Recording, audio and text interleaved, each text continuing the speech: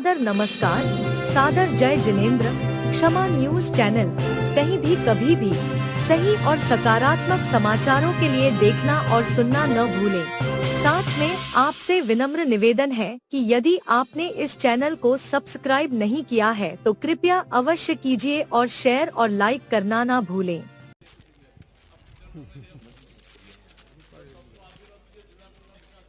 वेबा भाई, मैं अब जिन महानुभावों ने हमारे कार्यक्रम की गरिमा बढ़ाई है, मैं संक्षिप्त में उनका परिचय देना चाहूँगा। महानुभाव अभी हमारे बीच में मेयर श्रीमान धर्मेंद्र भाई, धर्मेश भाई जूनागढ़ मेयर, डेप्यूटी मेयर आकाश भाई कटारा जो वेबा भाई के भतीजे भी हैं, और हमारे मयूर भाई के खास मित्र भी है, और standing committee chairperson Pallavi Ben अभी शायद रास्ते में है, अभी आ ही रहे हैं। कौन से और भारतीय जनता पार्टी के अध्यक्ष जूनागढ़ श्रीमान गौरव भाई रूपारेलिया भी हमारे बीच मौजूद है। मैं उन सब का तहे दिल से बहुत बहुत धन्यवाद आभार व्यक्त करता हूं। अब अभी पल्लवी बहन ठाकुर स्टैंडिंग कमेटी चेयरमैन वर्तमान सरकार भी हमारे बीच में उपस्थित हुई हैं। मैं चाहूँगा कि आप महाराज श्री को श्री पर भेंट करके महाराज श्री का आशीर्वाद प्रदान करें। भी महानुभाव अभी पिछले 4 महीने से अहमदाबाद में बहुत से राजनेताओं को आचार्य श्री ने आशीर्वाद दिया, और हमने देखा है, प्रत्यक्ष देखा है कि कुछ ही दिनों में वो प्रमोट होकर कहीं से कहीं पहुंच गए। कोई डेप्यूटी मुख्यमंत्री बन गए, कोई पार्टी अध्यक्ष बन गए। तो मैं समझता हूं कि आप सब भी आशीर्वाद लेके अपने उज्जवल भविष्य की महाराज श्री से कामना करें।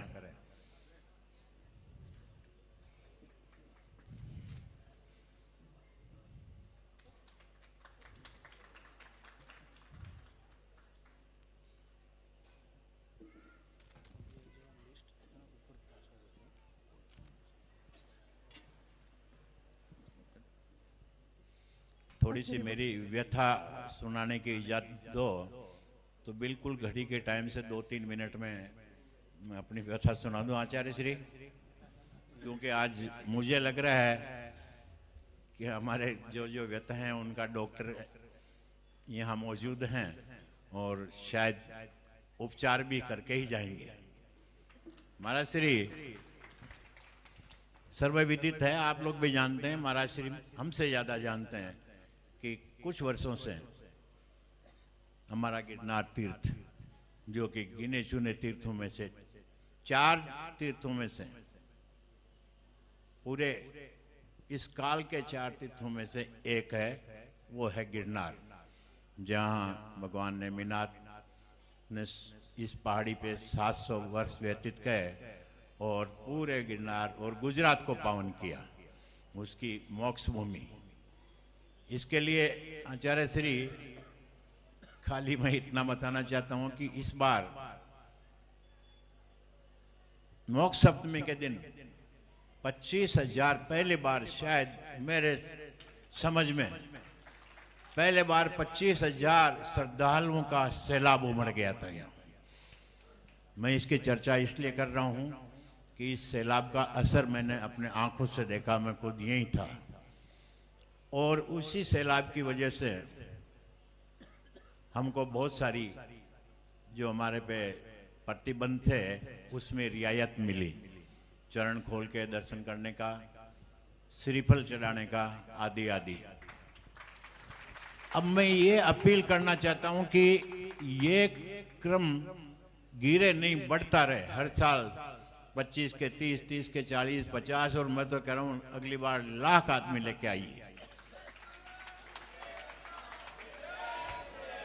लोकतंत्र में संख्या बल की बहुत महिमा बताई गई है और हमको भी रियल संख्या बल हमारा जो है कम से कम उतना यहाँ बताते रहने की जरूरत है। इसलिए महाराज साहब उस दिन का नज़ारा कुछ अलग ही था। मैं उस दिन के बाद ये उम्मीद कर रहा हूँ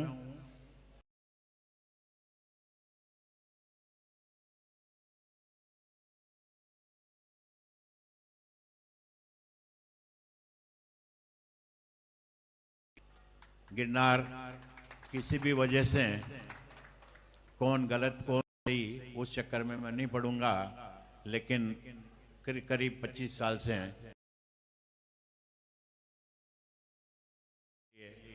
हम अपने स्तर पे कानूनी लड़ाई लड़ रहे हैं। भाई भी चालू हो चुकी है और फैसला क्या होगा ये तो मैं सर्वज्ञ ही जानते हैं, मैं तो क्या सर्वज्ञ सकते हैं क्या होगा, लेकिन मेरा अपना व्यक्तिगत मत है कि फैसले भी जनसंख्या के आधार से थोड़े प्रभावित रहते। जूनागढ़ એટલે સંત સુરાની ભૂમિ કહેવામાં આવે છે। જૂનાગઢ એટલે ગિરિવર ગિરનાર ક્ષેત્ર પવિત્ર તપોભૂમિમાં આજ રોજ વંદન કરું છું આપ વિશાળ સંઘ સાથે ગુરુજી આપ પધાર્યા છો, આપના ચરણોમાં સાક્ષાત દંડવત પ્રણામ। एक सामान्य व्यक्ति तरीके के भारतीय जनता पार्टी ना अध्यक्ष तरीके हमारी टीम वती आपनु अमे गुरुजी साथे आप सौरवे पण भक्तजनों हार्दिक स्वागत ने अभिवादन करीए छीए। आ पवित्र भूमि में पवित्र कार्यों जયારે थता रहता होय छे, आ पवित्र भूमि में जયારે आजना दिवसे 11 नो पावन दिवस कहेवाय, मकर संक्रांति नो उत्सव कहेवाय के खूब पवित्र घणा वर्षों पछी आज रोज एकादशी अने मकर संक्रांति आ बने उत्सव जયારે भेगा थया छे। आजना दिवसे कहेवामां आवे छे के जेटલું बने એટલું સત્કાર્ય, જેટલું બને એટલું દાન પુण्य, જેટલું બને એટલું ગુરુજનના ચરણોમાં બેસી એમના સાનિધ્યમાં બેસી એમના વિશેષ આશીર્વાદ લઈ પોતાનું જીવન ઉદ્ધાર કરવાનો અને પોતાનો કર્મ સાકાર કરવાનો જ્યારે ઉત્તમ દિવસ જ્યારે આપવામાં આવ્યો છે, ત્યારે गुरुजीना चरणों में एमनी पासेथी सीखीने गुरु ब्रह्मा गुरुर विष्णु गुरुर देवो महेश्वर गुरुर साक्षात परब्रह्मा तस्मै श्री गुरुवे नमः। आ धरती उपरना साक्षात कोई ईश्वर होय, आ धरती उपरना साक्षात कोई देवता होय तो आपणे गुरुजन छे। एमनी पासेथी आपणे आशीर्वाद लईने, एमनी पासेथी आपणे शिक्षा दीक्षा लईने आपणे आपणुं जीवन व्यतीत करवानुं होय छे। हिंदू सनातन संस्कृति में के आ भूतल पर हूँ एवं मानु छूं के जो कोई सौथी आकरामां आकरो सौथी कोई अघरो धर्म होय ने तो जैन धर्म छे। एनी टॉप एमनु नेम एमनी टेक एमनी जे उपवास पद्धतिओ एमनी जे आचार पद्धतिओ एमनी विहार पद्धतिओ आ खूब ज प्रेरणादायक होय छे ने खूब ज कठिन होय छे। घणी वार कहेवाय छे के प्रभुने पामवानो सरळ रस्तो અને પ્રભુ સુધી પહોંચવાની જો પદ્ધતિ ને રીતિ નીતિ હોય ને તો જૈન ધર્મ પાસેથી આપણે શીખવી પડે। સાથે સાથે આજના મકર સંક્રાંતિ પર્વ નિમિત્તેની આપ સર્વેને ખૂબ ખૂબ શુભેચ્છાઓ, સાથે સાથે એકાદશીની પણ આપ સર્વેને શુભેચ્છાઓ સાથે મારી વાતને વિરામ આપું છું। ધન્યવાદ। જય જિનેન્દ્ર। जिन्होंने इस दुनिया को जीने की कला सिखाई उन्हें आदिनाथ कहते हैं। जिन्होंने दुनिया को शांति की राह सिखाई उन्हें शांतिनाथ कहते हैं। तोरण द्वार से भी जिन्होंने बैराग की राह अपनाई उन्हें नेमिनाथ कहते हैं। और उपसर्गों को जीत करके भी आत्म कल्याण के पथ पर बढ़ते रहो ये सिखाने वाले उन्हें पारसनाथ कहते हैं। तीर्थंकर नेमिनाथ की इस भूमि पर विशाल संघ का आगमन हुआ। आपके मेयर, डिप्टी मेयर, प्रमुख બધા જ અહીં उपस्थित છે। आज आचार्य श्री निर्मल सागर जी की भी स्मृति होती है। जहां वो छतरी बनी है वहीं पर खड़े होकर के उन्होंने पिछली बार 7 साल पहले पूरे संघ की अगवानी की।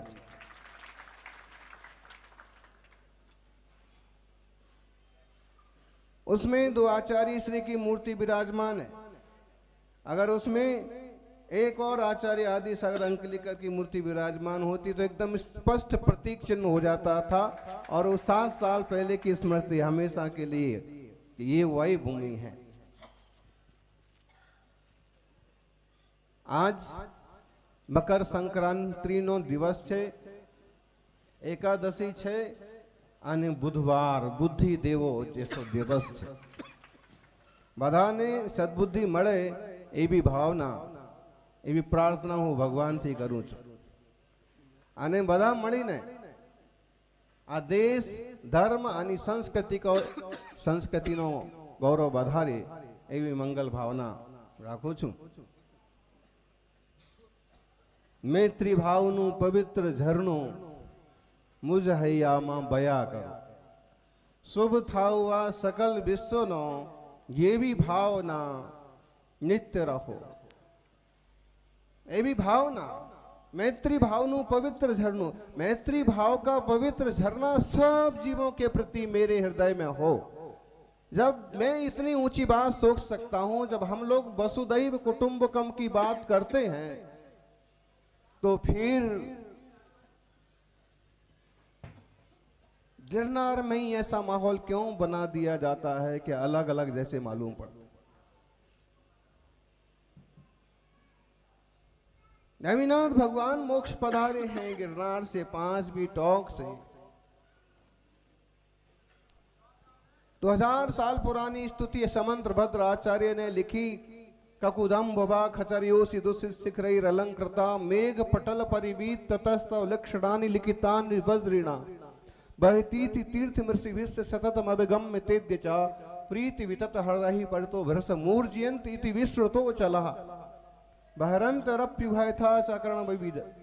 पूरी स्तुति में उन्होंने एक बात कही कि सबसे ऊंचा, जैसे हमारी संस्कृति में वृषभ होता है, बैल होता है, शिव जी का नंदी, आदिनाथ जी का वृषभ का चिन्ह, उसका जैसे कंधा होता है उठा हुआ, ऐसे ही इस पूरी धरती पर जो सबसे ऊंचा उठा हुआ पहाड़ है, पर्वत है, जिसे ऊर्जयंत कहते हैं, जो हमेशा मेघों से घिरा रहता है, ऐसे ऊंचे मेघ से घिरे हुए पहाड़ के ऊपर इंद्र ने वज्र से नेमिनाथ के मोक्ष जाने की बात चरण उकेरे। नेमिनाथो बामनो रविताद्रौ शिवम गता, ये शिव पुराण की पंक्तियां हैं। तो ऐसे महान पवित्र तीर्थ पर आज सभी धर्म बुद्धि वाले जीव उपस्थित होते हैं। गुरुदेव दत्त की मान्यता और नेमिनाथ स्वामी के गणधरों में प्रथम गणधर दत्त नाम के श्रेष्ठ गणधर, कहीं ना कहीं संस्कृति की नींव एक ही है, बस समझदारी की जरूरत है। मुमुक्षु रिक्शाकु कुलादि राघवान, इस श्लोक में मुमुक्षु शब्द इक्ष्वाकु वंशी मुमुक्षु आत्मवान आदिनाथ के लिए आया। और जब हम रामचरित्र देखते हैं तो राम भी इक्ष्वाकु वंशी है। दादो भाई इक्ष्वाकु वंशी है। रघुवंश जो है उनके दादा, जो 5-7 पीढ़ी पहले रघु हुए, बाकी वंश उनका कौन सा है? इक्ष्वाकु वंश है।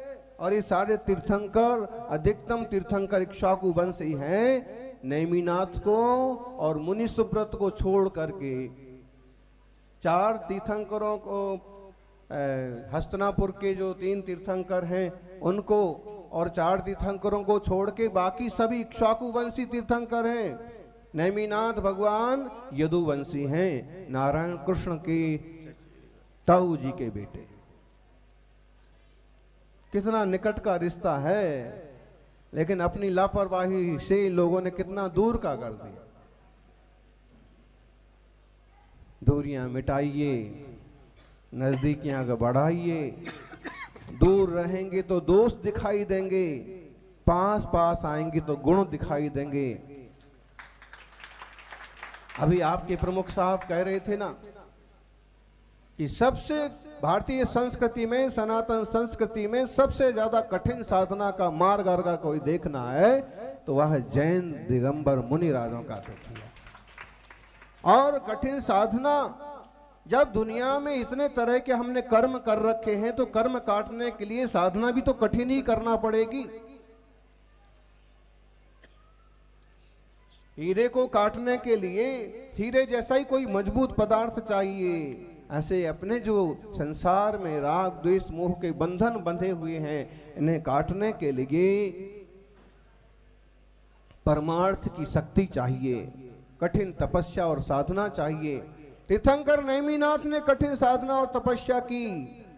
700 वर्ष उन्होंने साधना और तपस्या में बिताए।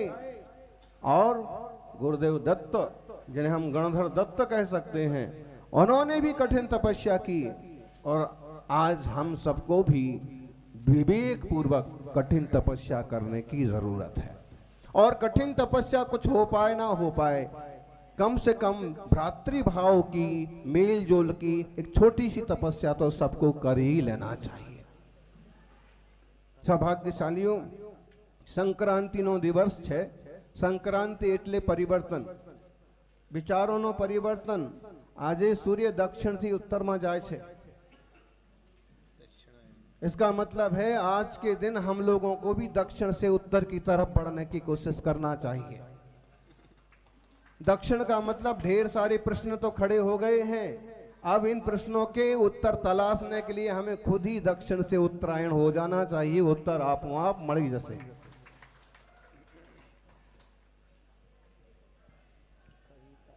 उत्तरायण समापन न्योर छे तरफ छे अनि दक्षिणांश समापन की ओर है उत्तरायण। प्रारंभ की आज मंगल घड़ी है। इस मंगल घड़ी में हम अपने विचारों को भी संक्रांत करें, परिवर्तन करें।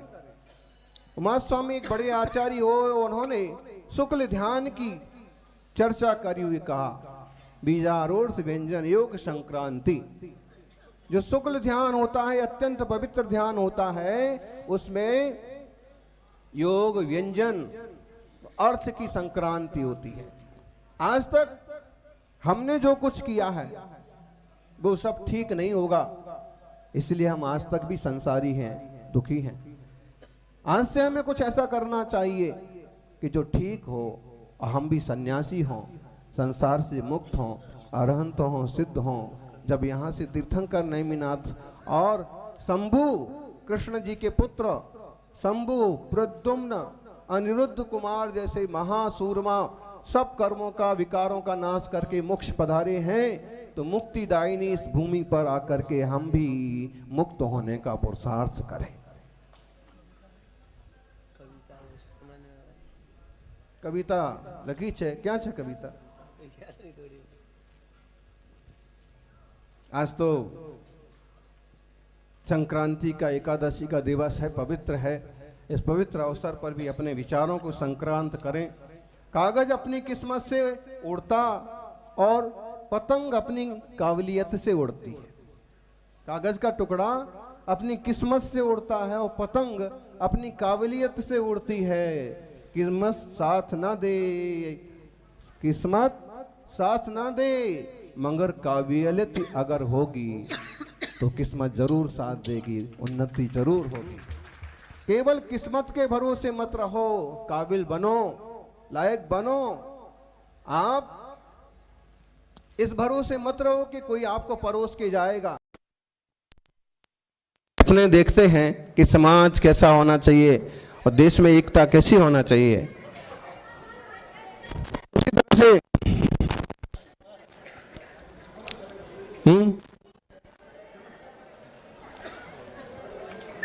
एक कविता है। कविता क्या है? एक व्यथा है और संभव है कि इसे लोग समझेंगे कि जैन मुनि बोले बंद करे।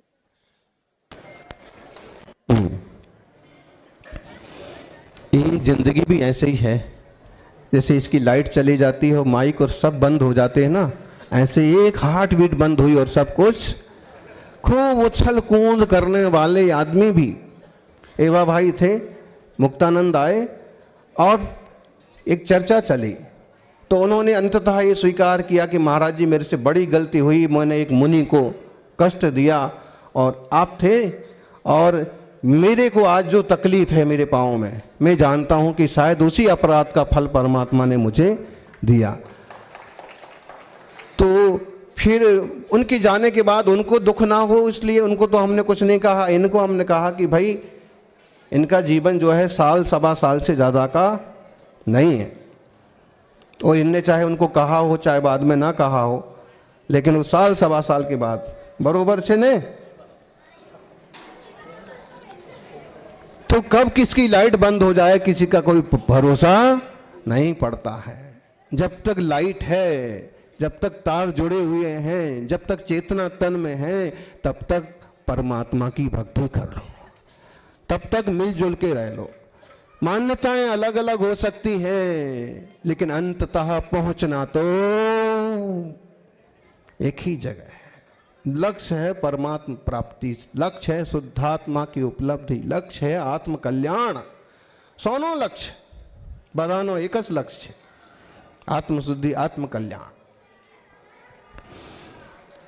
तो ये कविता इस ढंग की कविता है कि जैन मुनि जब गिरनार की 5वीं टॉक पर जाएं, और कहीं जाने में तो किसी को ज़्यादा विकल्प नहीं होता है, लेकिन जैन मुनि जब 5वीं टॉक पर जाएं और वहाँ बैठे बाबा जी उनका स्वागत करें तो कैसा हो। दादू भाई, अभी एवा भाई अपने घर में जबरदस्ती ले गए, साधु किसी घर में क्यों जाएगा, पगले पाड़ दो महाराज। तो अब इनने स्वागत किया तो कैसा लगा, इतने सारे लोगों को भी लगा होगा कि चलो एक कम से कम ऐसा एक इंसान मिला कि महाराज पधारो। तो जैन मुनि जब गिरनार की 5वीं टॉक पर जाएं और वहां बैठे बाबा जी उनका स्वागत करें तो कैसा हो। सोचो, सोचा कभी ऐसा हो तो।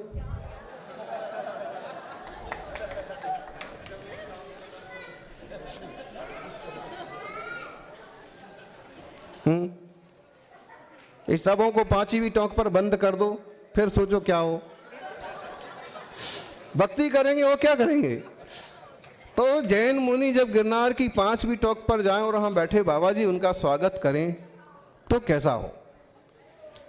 जैन लोग दत्त दिगंबरा और जय गिरनारी के राय लगाएं और बाबा जी जय नेमिनाथ जय गिरनार कह के बुलाएं तो कैसा हो। कितना सा अंतर है, कोई अंतर नहीं है। अगर हम इतिहास देखते हैं तो नेमिनाथ भगवान के एक दत्त गणधर भी हैं, तो कैसा हो। बाबा जी ये समझें कि जैन भी गुरुदेव दत्त के दत्तात्रेय के चरणों में नमन कर रहे हैं, ठीक है। जब वहां नमन करें और चरण छुएं तो बाबा जी क्या समझ ले भाई, बाबा जी ये समझें कि जैनी भी गुरु दत्तात्रेय के चरणों में नमन कर रहे हैं, और जैनी ये समझें कि देखो सभी लोग नेमिनाथ के चरणों में वंदन कर रहे हैं तो कैसा हो। तो कैसा हो। यह भ्रम बनाकर भी यदि हम तनातनी से बचेंगे, ये भ्रम भी बना ले, मान लो ये भ्रम बना करके भी यदि हम तनातनी से बचेंगे तो स्वर्ग के देवता भी हमारे सिर पर हाथ धरेंगे, तो स्वर्ग के देवता भी हमारे सिर पर हाथ धरेंगे। और यदि हम आपस में गुर्राएंगे, चिल्लाएंगे, लड़ेंगे तो नेमिनाथ की करुणा और दत्तात्रेय की दया भी हमसे दूर भागेंगे, गुण भी हमसे दूर जाएंगे। इसलिए हिंदू जैनी मिलकर कुछ नया करेंगे, 5वीं टॉक पर खुद ही उन्हीं चरणों में एक साथ सर धरेंगे, एक साथ बंधन करेंगे। जब हम एक घाट पर नहा सकते हैं, नहाते ही हैं, जब हम एक घाट पर नहा सकते हैं, एक भोजनालय में बैठकर खा सकते हैं, एक धर्मशाला में रह सकते हैं, आपस में राम राम जय जिनेंद्र कह सकते हैं, तो गिरनार में भी एक साथ रह सकते हैं, 5वीं टोक पर भी एक साथ मिल सकते हैं। चरण तो वही है, सिर्फ नाम का ही फेर है। चरण तो वही है, सिर्फ नाम का ही फेर है। तो गिरनार में एक साथ बंधन करने में किस बात की देर है, किस बात की देर। हम तो यहां तक सपने देखते हैं, पारस जी, भिखा भाई आ गए। हम तो यहां तक सपने देखते हैं कि जैसे जो वहां के महंत हैं और जो प्रमुख लोग हैं वो सामने से पूछें कि आपका निर्वाण लाड़ू कब है, साल में एक ही बार चढ़ना है, आपकी निर्वाण लाड़ू पर आप सब आइए, हम भी आपके साथ भगवान नेमिनाथ को एक अर्घ चढ़ाएंगे। कैसा माहौल बनेगा, कैसा अपनापन। साल में एक ही दिन आना है ना। सौभाग्यशालियों, एक रोटी के 4 टुकड़े बांटकर खाने वाले हम लोग हैं। हम लोग उस संस्कृति के लोग हैं। साई इतना दीजिए जामे कुटुंब समाए, मैं भी भूखा ना रहूं, साधु ना भूखा जाए। और अगर उसमें हम एक दूसरे पर कटाक्ष करें, अधिकार छीने, तो वो बात बिल्कुल समझ में नहीं आती है। दृष्टि सुधारने की जरूरत है, परिवर्तन की जरूरत है। सत्ता में ही परिवर्तन की जरूरत नहीं होती है, समाज में भी, सोच में भी परिवर्तन की जरूरत होती है। हमारे विचार वैसे क्या नहीं होते हैं। इस जंगल में जब नेमिनाथ तपस्या करते थे, दत्तात्रेय जी तपस्या करते थे, तब क्या वो झमेला की लेके बैठते होंगे क्या? मान लो कि वहां पर बैठ के वो तपस्या कर रहे हैं और कोई आता होगा तो बार बार उसको यही कहते रहते होंगे, चल हट, चल निकल, चल हट, ऐसे करते होंगे। फिर कहाँ साधना हो पाती, कहाँ तप हो पाता। वो ऐसे बैठ जाते थे और बैठे और सिद्ध हो गए, मुक्त हो गए, अरहंत हो गए, भगवंत हो गए। मन हमें परिणामों को भी बदलना है। आप देखिएगा कल क्या होता है। कल कुछ नया होगा, कुछ अनोखा होगा, कुछ अद्भुत होगा। कोई भाई बता रहे थे कि साधुओं की सुरक्षा के लिए, आपके साथ संघ और संघ के साथ चलने वाले श्रावकों के लिए सुरक्षा के लिए 200 से ज़्यादा पुलिस वालों की व्यवस्था यात्रा के लिए हो रही है।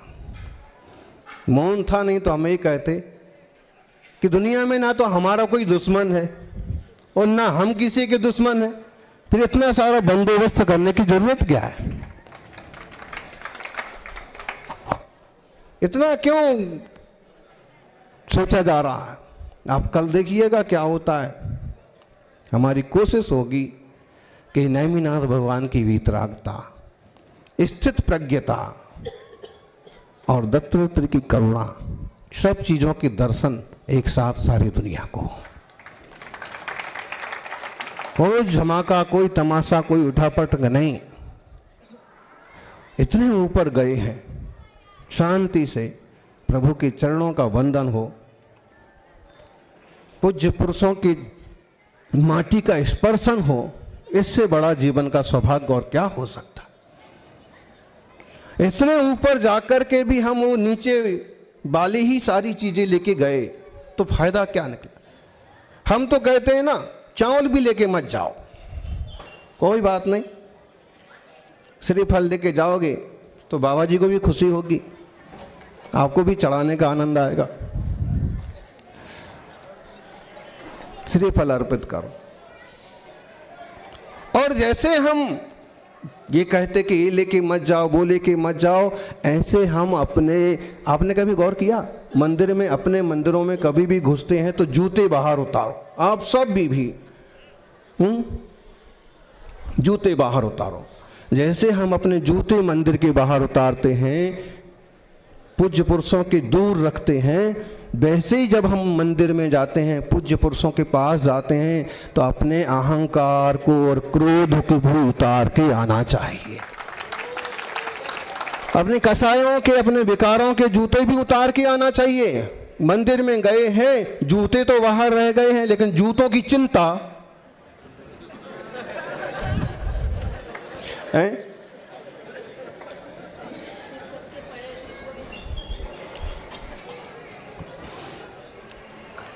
जूतों की चिंता दिमाग में रह गई, बहुत बार होता है।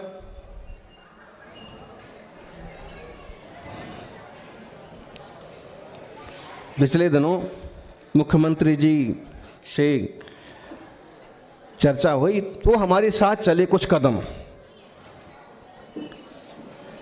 तो एक आदमी जूते उठा के उनके पीछे पीछे चल रहा था।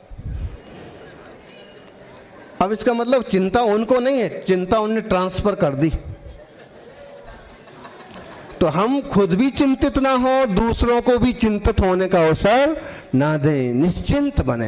अहिंसा का सबसे बड़ा फायदा क्या है? विश्वास। विश्वास से निश्चिंतता पैदा होती है और निश्चिंत होने से वात्सल्य और प्यार बढ़ता है।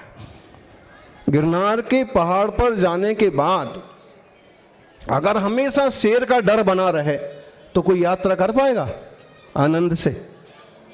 गिरनार के पहाड़ पर जाने पर हमेशा बाबा जी का डर बना रहे तो कोई नमस्कार कर पाएगा? नहीं कर पाएगा। ये जैसे हम एक जंगली पशु से अपेक्षा करते हैं कि वो हिंसक होगा और उससे हमें बचने की जरूरत है, ऐसे हमारे समाज में नहीं होना चाहिए।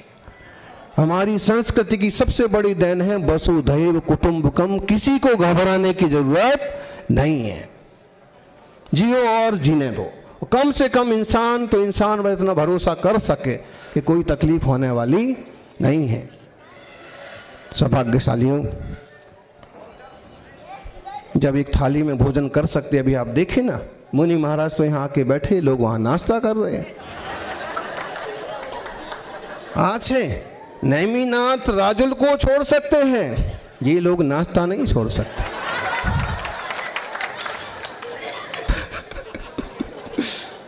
गजबनाक लोको है नेमिनाथ। हाँ, जूनागढ़ आए थे द्वारिका से, श्री कृष्ण जी भी उस बारात में बोई मुखिया थे, दूल्हा नेमिनाथ थे, नेतृत्व उनका था, उनका भतीजे थे। तो जूनागढ़ से बारात, द्वारिका से बारात चली जूनागढ़ के लिए, और जूनागढ़ की राजकुमारी राजुल से होना था विवाह। लेकिन वहाँ पशु ढेर सारे बांधे गए थे, इकट्ठे हुए थे। नेमिनाथ ने पूछा, पशु क्यों इकट्ठे हैं? सारथी ने कहा, महाराज आपकी शादी, आप बड़े राजा, आपके बड़े भाई बड़े राजा चक्रवर्ती,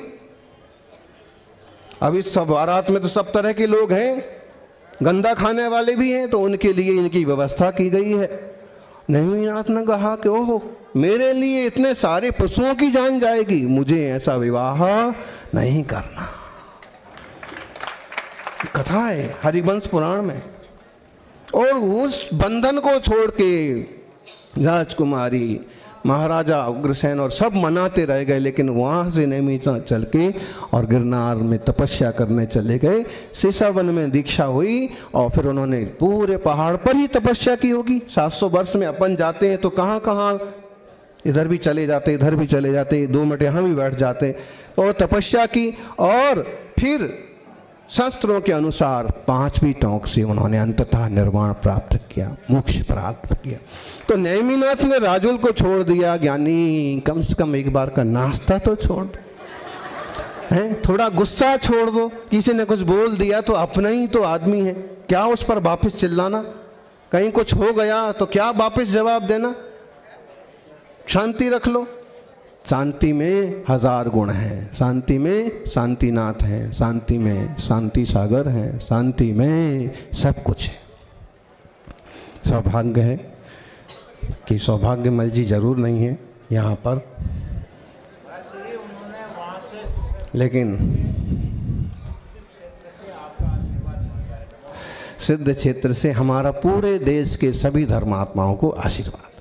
आज मकर संक्रांति, परिवर्तन की दिशा में सब बढ़े और परिवर्तन परिणामों का हो जाइए। देखो भाई, आज तक हम पशु पर्याय में भी गए, जो लोग ज्यादा गुस्सा करते रहते ना, मालूम है, वही लोग अगले जन्म में मर करके शेर बन जाते। अब गुस्सा दिखाते रहो सब। जो हमेशा जहर उगलते रहते हुए मर करके सांप बन जाते हैं, अब उगलते रहो जहर। सही कह रहे हैं हम। अपने यहाँ कर्म की मान्यता है, कर्म प्रधान विश्व करी राखा, जो जस करई सो, बोलो बापू, जो जस करई सो तस फल चाखा। ये हमारे यहाँ मान्यता है।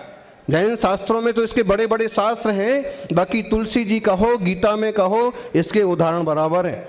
मतलब है कि तुम यहाँ ज्यादा बस जो आया भोंको, जो आया भोंको, क्या बनोगे अगले भाव में? बोलो, जो आया उसी पर चिल्लाओ, क्या बनोगे?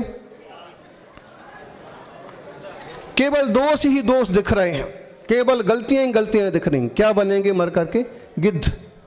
उसको कुछ और दिखे ना दिखे, मांस के टुकड़े जरूर दिख जाते हैं। इसलिए हमें मुनियों ने, गुरुओं ने सावधान किया है, परिणाम संभालो, भाव संभालो, भावनाथ वालो और भावनगर वालो, भाव संभालो। भाव समझ जाएंगे तो भाव भी समझ जाएंगे। परमात्मा का कौन सा आशीर्वाद है कि हम सब इंसान के चोले में बैठे हैं? कौन सा पुण्य कर्म का योग है कि हम सभी मनुष्य बन के बैठे हैं? कभी पशु पर्याय में बैठे तो भाई, पशु में भी तो आत्मा है। हम क्यों नहीं मारते? कुत्ते को भी हम डंडा नहीं मारते, बचाते हैं, कोशिश करो। कीड़े मकोड़े को भी हम कुचलते नहीं जानबूझ के, कुचल जाए धोखे से बात अलग है। मुनि तो कभी घास को भी नहीं कुचलते। हम लोगों की मान्यता है कि इनमें भी प्राण है, पेड़ में भी प्राण है। और ये जो हम सब संसारी जन हैं, यही बदल बदल के कुछ भी बनते रहते। सावधान हो जाएं। और संक्रांति पर एक ऐसी क्रांति हो, एक ऐसी क्रांति हो कि अनादिकाल का मिथ्यात्व नष्ट हो जाए और सम्यक दर्शन के दीप जल जाए, अज्ञान तिमिर नष्ट हो जाए और सम्यक ज्ञान के दीप जल जाए, असंयम और अचारित्र खत्म हो जाए और संयम और चारित्र की सरिताएं बहने लग जाएं। निश्चित रूप से पुरुषार्थ हम सभी करें। और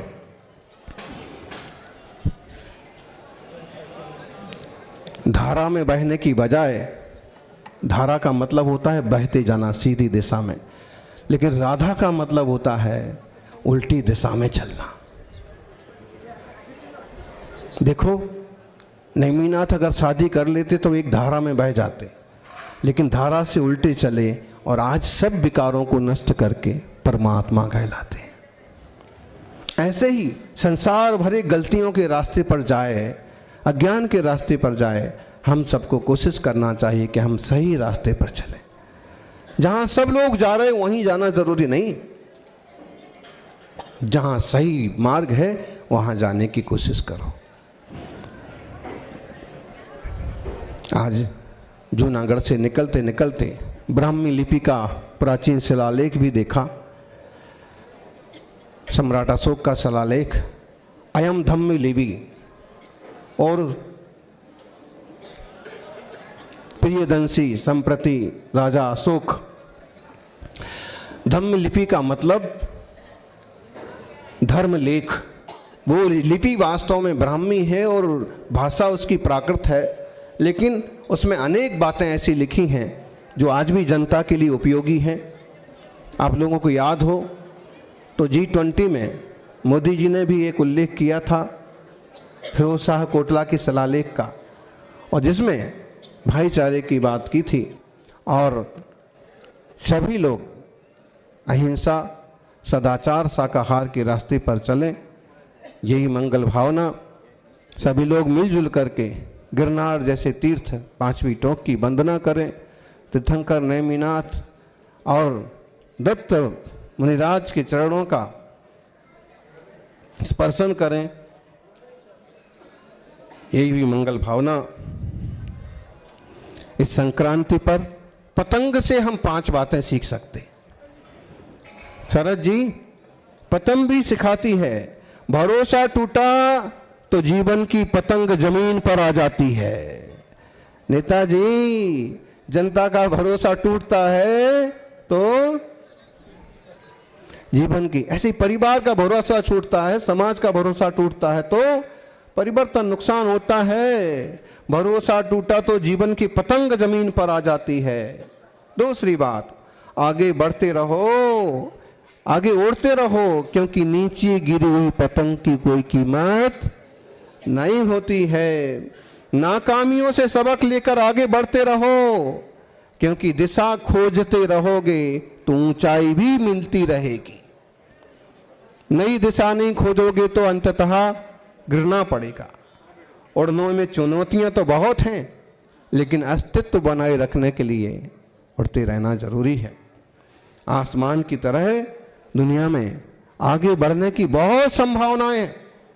क्या समझे? डिप्टी मेयर और डिप्टी मेयर और पहले के धारा सभ्य भिखा भाई जी और वरिष्ठ जन उपस्थित हैं कि अनंत संभावनाएं हैं। आप जिस पोस्ट तक पहुंचते हैं और जो काम आज कर रहे हैं करो, लेकिन इसके आगे और क्या अच्छा हो सकता है और क्या कर सकते हैं। और एक बात जरूर सीखो पतंग से कि जब तक डोर मालिक के हाथ में है, बेटे ने कहा पापा डोर छोड़ दो, पतंग बहुत ऊपर चली गई है, अब डोर छोड़ दो ताकि और ऊपर चली जाए। पिता ने कहा बेटे डोर छोड़ने से पतंग और ऊपर नहीं जाएगी, उसकी कोई गारंटी नहीं है कि और ऊपर जाएगी, और जाएगी तो 10-5 फुट ऊपर जाएगी, लेकिन डोर छोड़ने से उसका पतन निश्चित है। कहाँ गिरेगी, कहाँ फंसेगी, कहाँ टूटेगी, उसका पतन निश्चित है। ऐसे ही पुरखों के हाथ से जब परिवार की डोर छूटती है तो परिवार का नुकसान होता है। गुरुजनों के हाथ से जब समाज की डोर छूटती है तो समाज का नुकसान होता है। इसलिए अपनी डोर किसी एक अच्छे इंसान के हाथ में देखे रखो ताकि आपका मंगल हो। बहुत सारी बातें कि आज अपन कुछ बातें लेकर के भारतवर्षीय दिगंबर जैन तीर्थ क्षेत्र कमेटी के अध्यक्ष और गुजरात की माने मूल अध्यक्ष जम्बू कुमार जी, गुजरात के अध्यक्ष पारस जी और उसके अधिक वरिष्ठ जन सरस जी वगैरह उपस्थित हैं। 2-3 बातें वो रखना चाहते हैं कि पहले तो जो दूसरी टोंक अस्त व्यस्त हो रही है उसको एकदम व्यवस्थित करके छतरी का रूप दिया जाए। दूसरी बात है जम्मू कुमार जी, इतने बड़े तीर्थ पर आपका भारतवर्षीय एक कार्यालय जरूर होना चाहिए ताकि कुछ भी काम करना तो उसका व्यवस्थित संचालन हो। और इस भारतवर्षीय तीर्थ क्षेत्र कमेटी के 125 साल पूरे हो रहे हैं, इसलिए इसका एक बहुत बृहद उत्सव मनाया जाए और साधुजन तीर्थों के निमित्त से कलश रखें। कोई विशेष विधान आदि के अवसर पर, चतुर्मास आदि के अवसर पर तीर्थों के विकास के लिए कुछ ना कुछ धन एकत्रित हो ताकि ये भूमियाँ, ये तीर्थ सुरक्षित रहें और सबका मंगल हो। आज तो आप जितने उपस्थित हैं शायद कल संख्या बहुत ज़्यादा होगी, फिर भी अपनी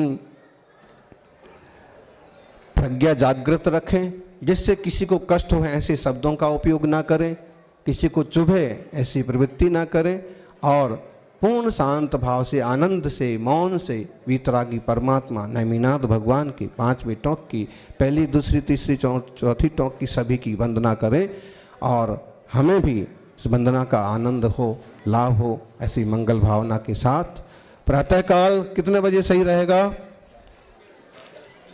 5:45 बजे सभी वंदना के भाव बनाएंगे। जय बोलिए वैष्णव तीर्थंकर नेमिनाथ भगवान की। क्षमा न्यूज चैनल देखने के लिए आपको बहुत बहुत धन्यवाद। सादर प्रणाम। सादर जय जिनेंद्र।